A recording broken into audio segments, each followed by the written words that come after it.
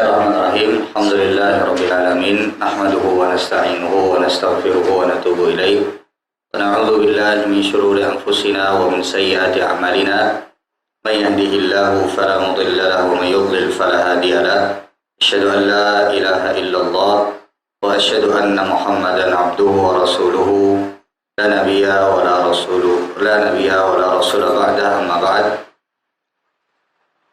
Hadirin dan hadirat Bapak Ibu sekalian yang dirahmati oleh Allah Subhanahu wa taala. Alhamdulillah.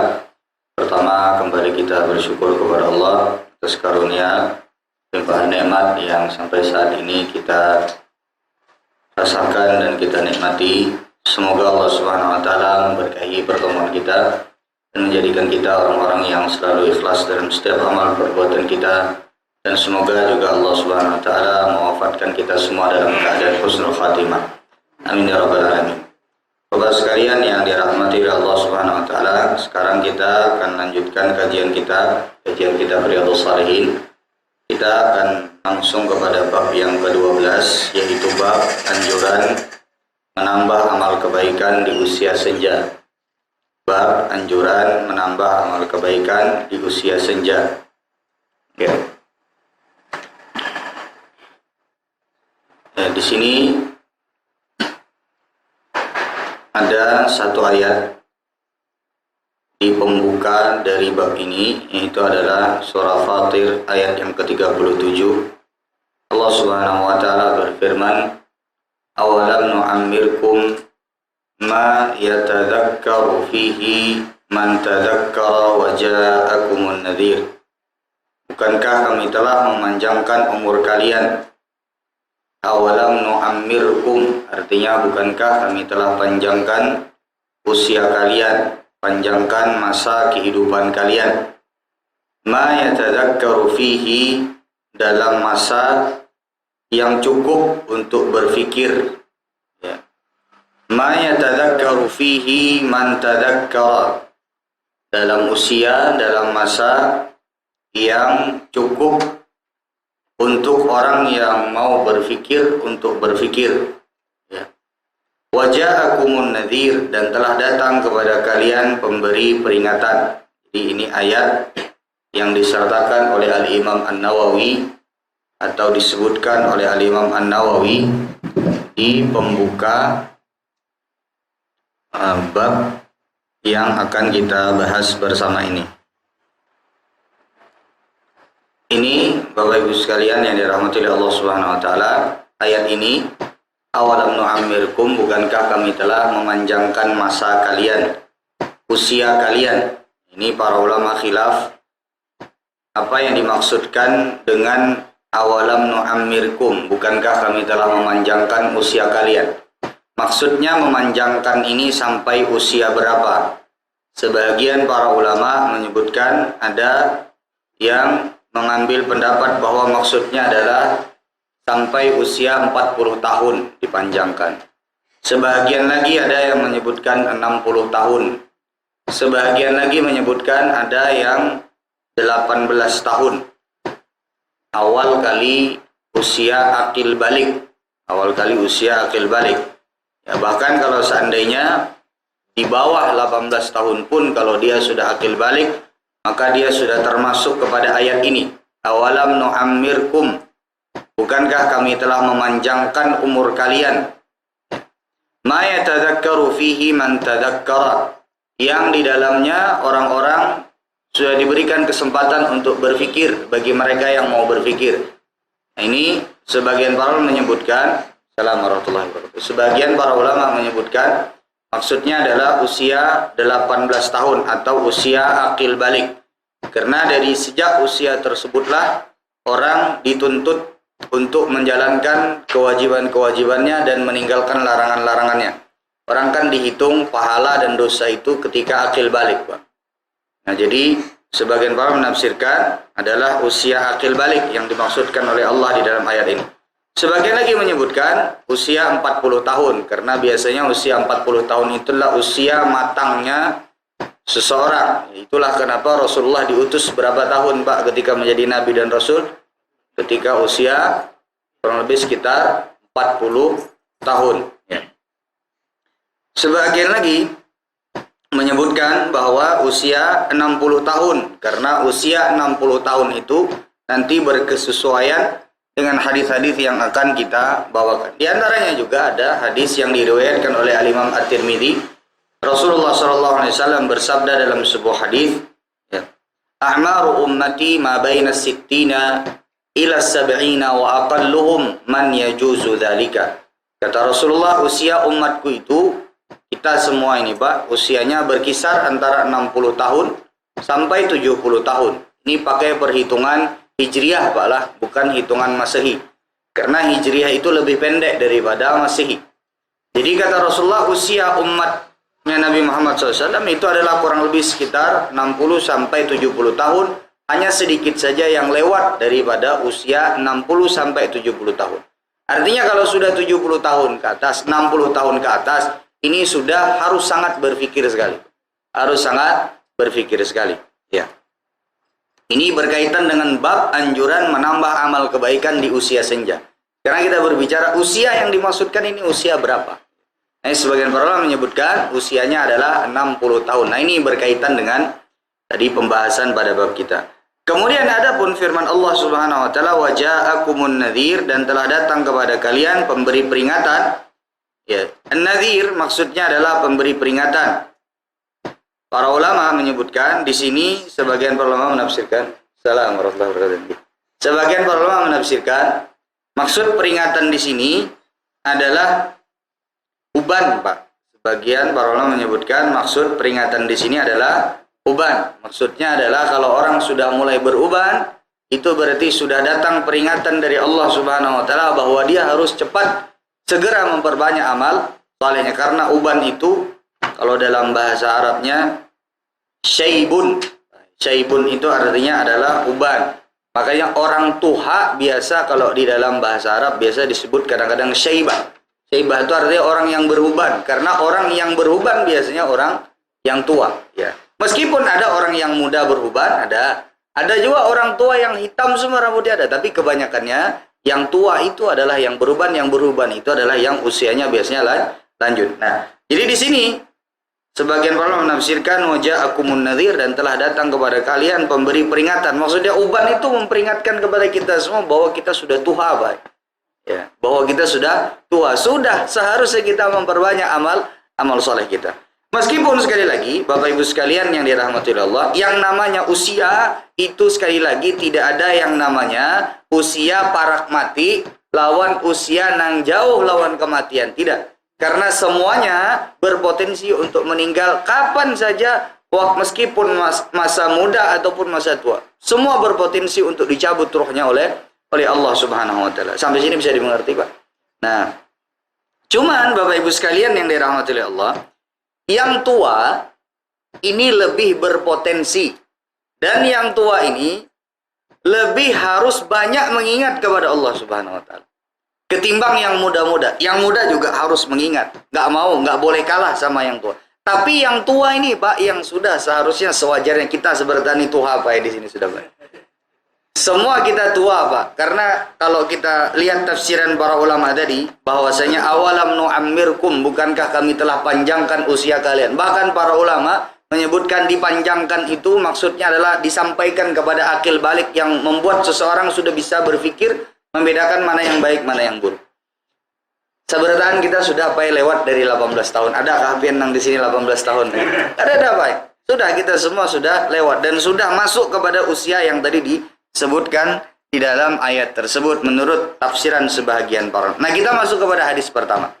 Kita masuk kepada hadis yang pertama. Ini menarik, Pak. Hadis yang pertama adalah hadis yang diriwayatkan oleh Al-Imam Al-Bukhari. Ini berkenaan juga dengan usia senja. Ini diantara penjelasan masa usia senja itu dianggap senja yang sudah banyak harus berpikir itu usia berapa.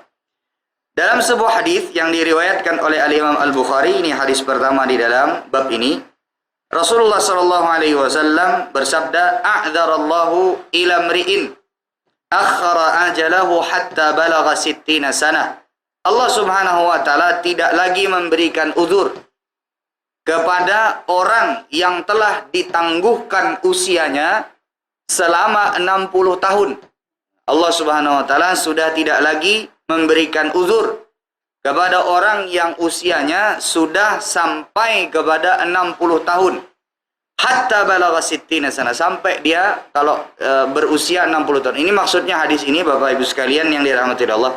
Orang kalau sudah 60 tahun, Allah sudah tidak kasih uzur lagi kepada dia kalau seandainya orang tersebut masih main-main dalam kehidupan. Bisa dimengerti, Pak? Allah Subhanahu wa taala tidak akan berikan lagi uzur kepada orang yang sudah sampai kepada 60 tahun kemudian masih nggak paham tuh tata cara berwudu gimana. Allah Subhanahu wa taala tidak akan berikan lagi uzur kepada mereka yang sudah sampai kepada 60 tahun tapi tata cara sholat masih sepenuhnya belum dia pahami. Allah Subhanahu wa taala tidak akan lagi berikan uzur kepada orang yang usianya sudah 60 tahun, hartanya banyak, masih bingung ngeluarin zakat gimana. Allah Subhanahu wa taala tidak lagi kasih kepada mereka uzur yang sudah sampai kepada 60 tahun usianya tapi masih belum tahu tata cara berhaji itu gimana. Sampai sini bisa dimengerti, Pak? 60 tahun itu, Pak, sudah lama. Paling tidak semua rukun Islam itu sudah faham kita, Pak. 60 tahun. Panjang kalau, Pak, 60 tahun. Coba bayangkan kalau seandainya pian 1 tahun mempelajari satu rukun Islam. Sholat saja, Pak, 1 tahun, itu 5 tahun, Pak, kelar insya Allah. Atau paling tidak 4 tahun kelar. Tahun ini pian belajar sholat, gimana tata caranya. Atau misalnya 5 tahun, berudu suci. Dari kitab Toharoh dulu. 1 tahun, kelar, selesai. Tahun kedua belajar tata cara sholat. Setahun penuh tuh, Pak. Tahun ketiga, pian bagaimana cara berpuasa yang baik dan benar. Supaya puasa kita diterima oleh Allah Subhanahu wa taala, pembatal-pembatalnya dikuasai, hal-hal yang seharusnya kita tinggalkan. Kemudian setelah itu yang berikutnya nanti baru zakat. Kemudian baru setelah itu puasa tadi sudah, Pak. Baru setelah itu yang terakhir haji dan masuk juga tata cara umroh di dalam. Ini, Pak, 5 tahun insya Allah kelar, Pak. 5 tahun insya Allah selesai. Cuman masalahnya kita kadang-kadang, ini juga permasalahan di antara kita. Kita kadang-kadang pertama, karena mungkin bisa jadi karena kita tidak ada waktu untuk belajar. Sibuk kita dengan perkara dunia kita dan lain sebagainya. Yang kedua, mungkin saja kita pengen belajar, tapi nggak ada yang ngajarin. Betul, Pak? Tapi nggak ada yang ngajarin. Adapun kadang-kadang pengajian, kadang-kadang tidak rentet atau tidak runut. Nah, makanya Bapak sekalian yang dirahmati oleh Allah Subhanahu wa taala, usia sampai kalau udah 60 tahun itu, Pak, setidaknya nih rukun Islam yang harus nih kita tegakkan, yang harus kita tunaikan, itu, Pak, jangan sampai ada yang lewat. Ya. Makanya kata Rasulullah SAW di dalam hadis ini tadi, a'dzarallahu ila imri'in, Allah tidak lagi memberikan uzur kepada orang yang sudah Allah Subhanahu wa taala sampaikan usianya ke 60 tahun. Ya. Sampai sini bisa dimengerti, Pak? Ya, jadi kalau sudah 60 tahun, sekali lagi, Pak, usia itu tidak ada baunya. Usia itu bisa siapa saja meninggal dalam mungkin detik ini. Ada mungkin yang diantara kita mungkin dicabut ruhnya dan lain sebagainya. Bisa, Pak, Allah Subhanahu wa taala takdirkan demikian dan tidak ada tanda-tandanya. Kalau, Bang, biasanya ada tanda-tanda pian nih baik, seminggu lagi meninggal ada tanda-tandanya. Karena apa? Itu tidak ada yang namanya tanda-tanda orang mungkin nanti tahu kalau bahasa kita buang perangai dan sebagainya. Tapi itu kalau sudah meninggal. Betul apa tidak, Pak? Oh, ini semalam begini, ini mungkin ini buang perangai dan lain sebagainya mungkin, Pak. Ya, kalau bisa dikatakan sebagai buang perangai. Cuman biasanya ada tanda-tanda yang demikian. Cuman biasanya difahaminya setelah gitu. Cuman yang jelas, Pak, kematian itu adalah perkara yang paling dekat kepada seorang hamba. Nah, yang lebih harus hati-hati adalah yang sudah lewat dari 60 tahun. Cuman masalahnya bukan cuman usia 60 tahun saja yang menjadi masalah, enggak. Kalau 60 tahun kemudian masih enggak paham terhadap perkara agama. Ini, Pak, yang jadi masalah. Kalau 60 tahun kehidupannya masih main-main. Kalau 60 tahun kemudian masih malas-malasan kita pergi ke masjid. Kalau 60 tahun masih malas-malasan datang ke pengajian. Sementara kita masih belum paham terhadap perkara agama kita. Kalau 60 tahun masih banyak kemaksiatan yang belum bisa ditinggalkan. Ini yang perlu dikhawatirkan, Pak. Ya, ini kenapa sampai ini disebutkan oleh Rasulullah SAW hadis ini, ya juga kaitannya adalah dengan 60 tahun itu lama, Pak, waktu. Dan 60 tahun itu untuk usia umatnya Nabi Muhammad SAW itu udah detik-detik akhir, Pak, injury time kalau bahasa itu. Sudah detik-detik akhir. Karena Rasulullah SAW dalam hadis yang diriwayatkan oleh Imam At-Tirmidzi menyatakan umur umatku itu antara 60 sampai 70 dan hanya sedikit yang lewat daripada 60 dan 70 tersebut. Nah, ini Pak, kenapa sampai kok Allah Subhanahu wa taala tidak menerima lagi uzur. Kalau mungkin ya 25 tahun. Kemudian setelah itu dia masih jahil terhadap mungkin masih diberikan uzur. Meskipun ya semenjak kita akil balik itu sudah wajib kita belajar perkara-perkara inti dari perkara agama kita. Tapi yang 25 tahun ini, Pak, masih dimaklum ketimbang yang 60 tahun masih belum paham terhadap perkara agama. Sampai sini bisa dimengerti? Oh, Ibu sekalian. Gimana, Pak? Kurang lebih, Pak, sekitar 2 tahun, 3 tahun sesnya. Ya, jadi kalau Hijriah berarti kalau misalnya 57 berarti masih 57 tahun, Pak. Sisa 3 tahun lagi dia untuk sampai kepada hadis ini. Kita ngitungnya pakai Hijriah, Pak. Kita ngitungnya pakai Hijriah. Ya. Ya. Ya. Memberikan enggak. Jadi begini, Pak. Maksudnya itu kok sampai 60 tahun kok masih bodoh terhadap agama. Itulah maksudnya, Pak. Jadi maksudnya, kemana aja selama 60 tahun? Ini maksudnya kurang lebih begitu, Pak. Karena waktu 60 tahun itu kan waktu yang sangat lama sekali, Pak. Masih bodoh juga 60 tahun terhadap perkara agama. Nah, ini. Jadi berbeda nanti uzurnya. Allah Subhanahu wa taala Maha Pengampun, Pak. Allah Subhanahu wa taala jika kita meminta ampun kepada Allah tulus, insyaallah Allah Subhanahu wa taala ampuni. Bahkan detik-detik terakhir sebelum kita meninggal, usia 80 tahun, Allah Subhanahu wa taala pasti akan ampuni. Tapi akan berbeda jika yang meninggal ini 60 tahun, 80 tahun waktunya disia-siakan, masih nggak paham terhadap perkara agama. Sulit nanti pertanggungjawabannya di hadapan Allah. Paham nggak? Bisa di sini, Pak? Akan sangat sulit sekali pertanggungjawabannya di hadapan Allah. Karena kan semua dari kita waktunya ditanya, hartanya di mana, masa muda kita ditanya kemana aja masa muda. Kemudian juga waktu setiap detik nih, Pak, jangan kira nggak ditanya sama Allah. Kemana aja Allah tahu, tapi mempertanggungjawabkan itu, Pak, tugas seorang hamba kepada Allah Subhanahu wa taala. Dan itu berat, Pak. Kita nunggu aja nih, Pak, ya. Nunggu aja nih. Pada saat di padang mahsyar itu, Pak, nggak enaknya minta ampun. Bayangkan ada di dalam sebuah hadis yang sahih, Rasulullah SAW mengatakan ya'ruqun nasu yaumal qiyamati hatta yadhhaba irquhum 70 dhira'a. Orang berkeringat, Pak, nunggu di padang mahsyar itu berkeringat, mengucur keringatnya sampai 70 hasta. 70 hasta itu, Pak, main futsal bola balik kita seharian itu nggak 70 hasta keringatnya mengucur. Bayangkan itu menandakan betapa kita takutnya, Pak, kelak pada hari kiamat. Dan semoga Allah Subhanahu wa taala menjadikan kita orang-orang yang dilindungi kelak di padang mahsyar, ya. Dan itu, Pak, sangat mencekam sekali, sangat menakutkan. Kita takut, Pak. Nggak usah itu, Pak. Kita malah mau tes, ditanya nih, Pak, nama siapa, umur berapa, lahir tahun berapa. Kalau nggak bisa jawab, kau keluar dari rumahmu. Gimana, Pak? Gugup nggak kita? Padahal nama kan kita semua sudah paham. Artinya, pasti kita bolak-balik itu, Pak, lagi itu mungkin akte kelahiran. Betul nggak, Pak? Betul nggak saya lahir tahun demikian? Betul nggak nama saya ini? Betul nggak saya usianya sekian dan sebagainya? Ya, jadi tidak gampang, Pak, ketika kita diuji, ketika kita ditanya terhadap apa yang, apalagi kita belum tentu bisa, Pak, memberikan pertanggungjawaban terhadap apa yang saat ini kita lakukan. Ya. Jadi prosesnya sangat kasihan sekali lah mereka yang tidak memiliki kesempatan lah, misalnya kita anggap orang-orang yang di daerah dalam pedalaman kan. Iya, iya. Itu satu. Yang kedua juga, Pak, sangat bersyukur sekali orang yang bisa ikut pengajian itu bersyukur sekali. di situ subhanallah kita kadang-kadang, Pak, pengajian tiap hari kita, Pak, ada, Pak, kadang-kadang. Tapi kadang-kadang kita nggak menyadari bahwa betapa berharganya pengajian tersebut.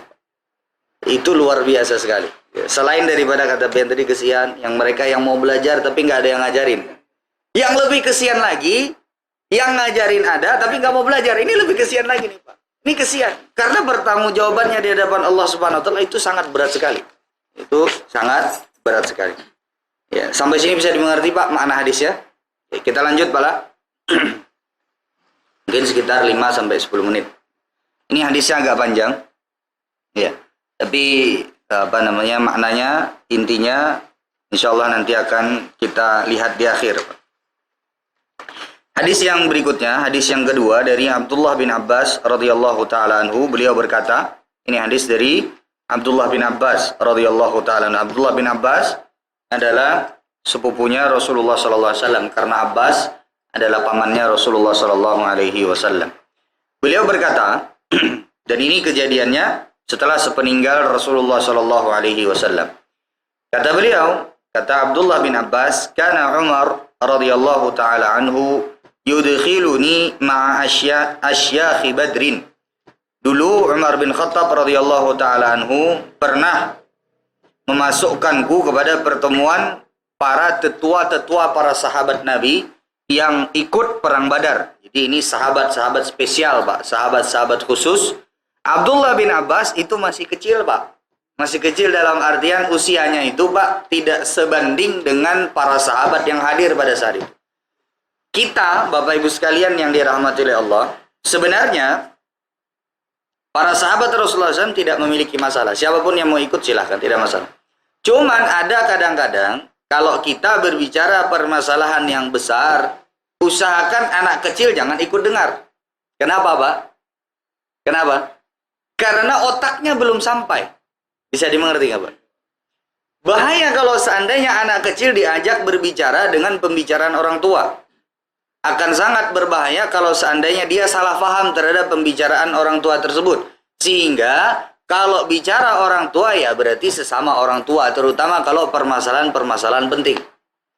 Begitu pula para sahabat Rasulullah dulu, mereka duduk bersama-sama.